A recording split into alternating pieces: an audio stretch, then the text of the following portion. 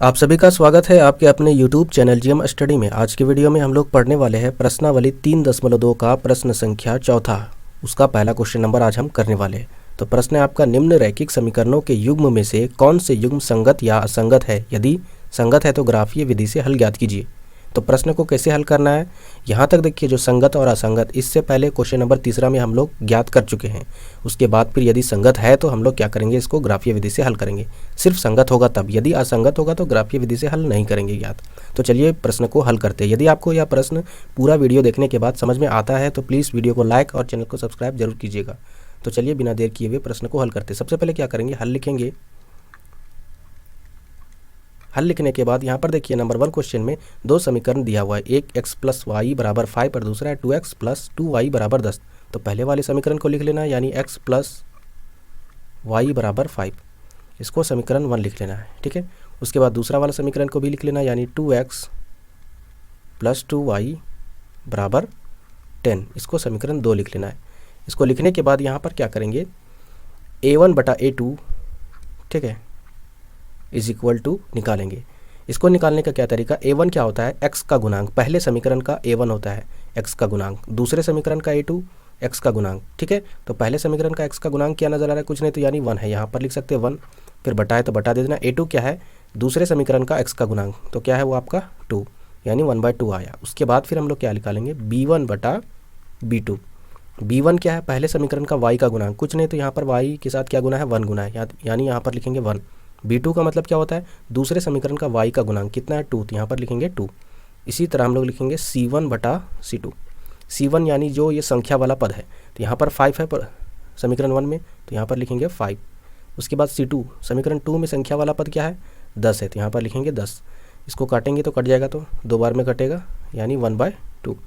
इस तरीके से यहाँ पर a1/a2, b1/b2 और c1/c2 निकलने के बाद इन तीनों को यहाँ पर देखेंगे और तुलना करेंगे, क्या तीनों आपस में बराबर है या फिर नहीं है। तो देखिए यहाँ पर a1/a2 भी 1/2 है, b1/b2 भी 1/2 और c1/c2 भी 1/2 है।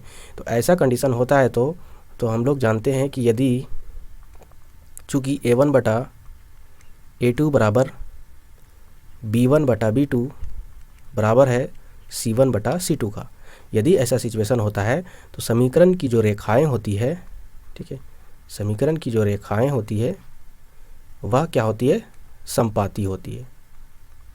ठीक है, समीकरण की रेखाएं क्या होती है, संपाती होती है। यानी कहने का मतलब है एक लाइन इस तरीके से यदि जा रहा है ग्राफ में, तो इसके बाद दूसरे समीकरण का लाइन इसी पर जाएगा, इस प्रकार, यानी इसके ऊपर ओवरलैप होगा। तो चलिए यहाँ पर जब संपाती होती थी, यहाँ पर दोनों लाइन साथ में यानी संगत है, तो फिर यहाँ पर क्या बोलेंगे कि यह संगत है। ठीक है, अब हम लोग प्रश्न में पढ़ चुके हैं कि जो भी यहाँ पर हल करने पर संगत होगा तो उसका हम लोग क्या करेंगे, ग्राफीय विधि से हल ज्ञात करेंगे। तो इस बॉक्स को फिलअप करने के लिए क्या करेंगे, यानी एक बॉक्स समीकरण 1 का है और दूसरा बॉक्स समीकरण 2 का है। तो यहाँ पर देखिए समीकरण 1 से हम लोग क्या करेंगे, बॉक्स को फिल करेंगे। ठीक है, तो समीकरण 1 से, कहने का मतलब है समीकरण 1 क्या है, x + y = 5। यहाँ पर क्या करेंगे, या फिर इस बॉक्स में या फिर यहाँ पर कहीं भी आप क्या कर लेना है, x का मान आप 0 एज्यूम कर लीजिए। ठीक है, x का मान आप 0 रख दीजिए। यहाँ पर यदि हम 0 रखते हैं तो यहाँ पर y का मान क्या निकल कर आता है, तो यहाँ पर देखिए ये 0 खत्म हो गया, यानी y = 5। 0 रखने पर y का मान 5 आया। इसके बाद फिर हम लोग क्या करेंगे, y का मान 0 रख देंगे। ठीक है, दूसरे बार हम लोग क्या किए, x का मान कुछ नहीं रखे, y का मान रख दिए 0, तो फिर क्या आता है, यहाँ पर देखिए 5 है, तो 0 का मतलब कुछ नहीं, यानी x = 5। हम लोग यहाँ क्या करेंगे, 5 लिखेंगे। इस तरीके से समीकरण 2 का भी बॉक्स भरेंगे, समीकरण 2 से, समीकरण 2 से। ठीक है, समीकरण 2 से, यानी समीकरण 2 को लिखेंगे। समीकरण 2 क्या है आपका, 2x + 2y = 10। यहाँ पर क्या करेंगे, x के जगह पर 0 रखते हैं। ठीक है, x के जगह पर 0 रखते हैं तो y का मान क्या आता है, देखिए यहाँ पर 2 गुने x के जगह पर 0 रखे + 2y = 10।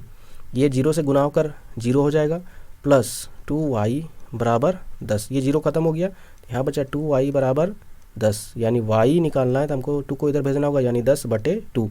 2 से ये 10 कटेगा 5 बार में, तो इस प्रकार y = 5। तो 0 रखने पर y = 5 आया। इसके बाद फिर हम लोग क्या करेंगे, फिर यहाँ पर देखिए ध्यान से, इस बार y का मान कुछ रखेंगे, या फिर x का भी मान रख सकते हो, कोई दिक्कत नहीं, दोबारा x की जगह पर कुछ भी रख सकते हैं। y में क्या इस बार रख रहे हैं, इस बार हम लोग y में रख रहे हैं 2, ठीक है। तो y में 2 रख देते हैं, तो क्या होता है देखिए यहाँ पर समीकरण क्या है, 2x + 2 गुने y में हम लोग 2 रखे तो यहाँ पर 2 लिखेंगे बराबर 10। उसके बाद फिर लिखेंगे 2x, यहाँ पर हो जाएगा 2 दूनी 4 बराबर 10। उसके बाद लिखेंगे 2x, ये 4 को इधर भेजेंगे तो 10 - 4 हो जाएगा।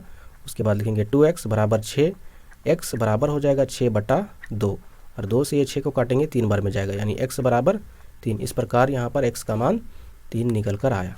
अब हम लोग क्या करेंगे, जो भी यहाँ पर दो बॉक्स में जो भी नंबर आया है इस नंबर को हम लोग ग्राफ में क्या करेंगे, निर्देशांक बिंदु के रूप में निर्देश करेंगे और फिर 2 रेखाएं खींचेंगे। तो चलिए हम लोग सीधा ग्राफ पेपर की ओर जाते हैं। के बाद यहाँ देखिए समीकरण 1 का जो बॉक्स है उसमें यहाँ पर x का मान सबसे पहले 0 है, तो हम लोग 0 में जाएंगे, यहाँ पर 0 में चल गए। उसके बाद हम लोग क्या करेंगे, फिर 5 में जाएंगे y की तरफ, तो प्लस में 5 है तो y का मान प्लस में किधर है, ऊपर में है, तो 1 2 3 4 5, यानी यहाँ पर एक बिंदु बनेगा, ठीक है। यह बिंदु का जो निर्देशांक हो जाएगा उसको लिख देंगे हम लोग, क्या लिखेंगे, x का मान पहले लिखा जाता है यानी 0 और फिर बाद में y का मान यहाँ पर 5 हो जाएगा। उसके बाद फिर दूसरा नंबर पर देखिए, दूसरे अगले बॉक्स में यहाँ पर 5 है x का मान, तो प्लस में है तो इधर होगा प्लस में, तो 1 2 3 4 5 यहाँ पर हो जाएगा। उसके बाद फिर y का मान क्या है 0, तो यहाँ पर ही 0 होगा, यानी यहाँ पर आपका अगला बिंदु यहीं पर बनेगा। तो इस बिंदु का निर्देशांक क्या है, पहले x का मान लिखा जाता है यानी 5, उसके बाद फिर y का मान। अब क्या करेंगे, इन दोनों बिंदु को मिलाकर हम लोग एक रेखा खींच देंगे, ठीक है। यहाँ पर ध्यान से देखिए, इन दोनों को मिलाकर स्केल से आपको क्या करना है, एक रेखा खींच देना है। तो चलिए एक रेखा खींच देते हैं इन दोनों बिंदु से मिलाकर। तो यदि हम इन दोनों से मिलाकर एक रेखा खींचते हैं तो इस प्रकार एक रेखा खींची जाएगी, ठीक है। आप लोग स्केल से खींच लेना है। इसके बाद हम लोग क्या करेंगे, नेक्स्ट अगले समीकरण वाले बॉक्स की जो संख्या उसको हम लोग इसमें निर्देश करेंगे ग्राफ में। तो चलिए हम लोग निर्देश करते हैं। यहाँ पर देखिए दूसरे समीकरण का जो बॉक्स है वो x का मान 0 है, तो यहाँ पर 0 में रखेंगे। उसके बाद फिर y का मान क्या 5 है, यानी प्लस में 5 है, तो हम लोग ऊपर बढ़ेंगे, 1 2 3 4 5 यहीं पर जाएगा, ठीक है। x का मान 0 और y का मान 5, यानी यहाँ पर दूसरे समीकरण में भी यही निर्देशांक बिंदु हो जाएगा, यानी 0 5। दूसरे समीकरण का बोल रहे, पहले का तो है ही, दूसरे का भी यहीं पर होगा। उसके बाद फिर दूसरे नंबर पर क्या है 3 और 2, यानी x का मान 3 प्लस में है तो इधर जाएंगे 1 2 3 यहाँ पर हो जाएगा। और y का मान कितना है 2, यानी 1 2, यानी बिंदु यहाँ पर बनेगा। तो यहाँ पर बिंदु बना, तो इस बिंदु का नाम क्या है, x का मान पहले लिखते हैं यानी 3 और y का मान 2। अब देखिए ये पहला बिंदु समीकरण 2 में यहाँ मिला था और यहाँ मिला था, इन दोनों को मिलाकर यदि हम रेखा खींचते हैं तो यहाँ पर देखिए ध्यान से, रेखा किस प्रकार जाएगा, इस बिंदु से इस बिंदु से मिलाकर अगर खींचेंगे तो इस प्रकार से रेखा जाएगा। यानी पहले वाले समीकरण के द्वारा जो रेखा गया था वह उसी के ऊपर दूसरे समीकरण का रेखा जाएगा। और हम लोग ये पहले जान चुके थे कि ये इसी प्रकार जाएगा, इसके ऊपर में जाएगा। क्यों? क्योंकि यहाँ पर ये रेखाएं संपाती है, पहली रेखा के ऊपर ही दूसरी रेखा जाएगी। तो इस प्रकार से इसका ग्राफ बनेगा। उम्मीद करते हैं कि ग्राफ को समझने में और इस प्रश्न को समझने में कोई प्रॉब्लम नहीं होगा, पूरी तरीके से आपको समझ में आया होगा। तो इस प्रश्न को हल करते हैं। यदि आपको इस प्रश्न को समझ में आता है पूरा वीडियो देखने के बाद, तो प्लीज़ इस वीडियो को लाइक और चैनल को सब्सक्राइब जरूर कीजिएगा। तो चलिए बिना देर किए हुए प्रश्न को हल करते हैं। सबसे पहले क्या करना होगा, हल लिखना होगा। हल लिखने के बाद यहाँ पर देखिए प्रश्न में 2 समीकरण दिया हुआ है, तो सबसे पहले पहला जो समीकरण लिखा हुआ है उसको लिख कर समीकरण 1 लिख देना है, ठीक है। x - y = 8। दूसरा समीकरण क्या है, 3x - 3y = 16। इसको समीकरण नंबर 2 लिख देना है। अब ध्यान से समझिए यहाँ पर। इसके बाद हम लोग क्या करते थे, पिछले प्रश्न में क्वेश्चन नंबर 3 में संगत और असंगत निकालने के लिए हम लोग क्या करते थे, a1/a2 बराबर a1/a2, b1/b2 और c1/c2 की तुलना को ज्ञात करते थे, अनुपात को ज्ञात करते थे। उसके बाद फिर हम लोग चेक करते थे कि यह संगत है कि नहीं। यहाँ भी वही काम करना होगा, ठीक है। तो थोड़ा सा शॉर्ट करेंगे, यहाँ लिखेंगे a1/a2 बराबर, ये निकालेंगे तो a1 क्या होता है, पहले समीकरण का x का गुणांक। यहाँ पर क्या है, x के आगे कुछ नहीं है तो यानी 1 गुना में है, तो यहाँ पर लिखेंगे 1। a2 क्या होता है, दूसरे समीकरण का x का गुणांक, ये क्या है 3, तो यहाँ पर लिखेंगे 3। इस प्रकार यहाँ पर a1/a2 निकल कर आ चुका है। उसके बाद फिर ज्ञात करेंगे b1/b2।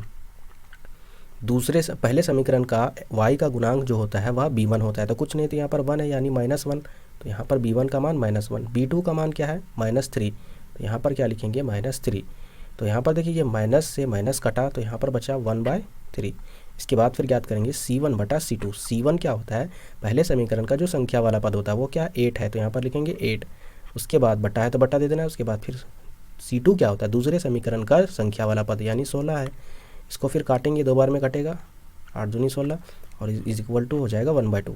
इसके बाद फिर तीनों अनुपात को कंपेयर करेंगे और तुलना करेंगे। तुलना करने के बाद हमको क्या मिलता है कि A1/A2 जो है वह 1/3 है, उसके बाद B1/B2 1/3 है, लेकिन C1/C2 1/2 है, यानी ये दोनों तो बराबर है, बल तीसरा नहीं बराबर है। तो हम लोग लिखेंगे चूँकि A1/A2 is equal to B1/B2 but is equal to not C1/C2।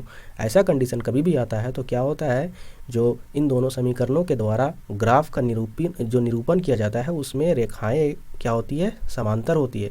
तो यहाँ पर लिखना होगा इसलिए, ठीक है, इसलिए रेखाएं क्या होगी, समीकरण का समांतर होगी। जब रेखाएं समांतर किस प्रकार होगी, यानी एक रेखा इस प्रकार जाएगा पहले समीकरण का, तो दूसरे समीकरण का इसके समांतर में जाएगा, यानी ये दोनों रेखाएं एक दूसरे को टच नहीं कर रहा है, यानी साथ में नहीं है, तो यह असंगत हो जाएगा। तो यह असंगत है, यानी जब ये असंगत है हम लोग ग्राफीय विधि से इसको हल करेंगे, जी नहीं, संगत रहने पर ही हम लोग यहाँ पर ग्राफीय विधि से हल करेंगे। तो उम्मीद करते हैं कि यह प्रश्न आपको समझ में आया होगा। तो प्लीज़ इस वीडियो को लाइक और चैनल को सब्सक्राइब जरूर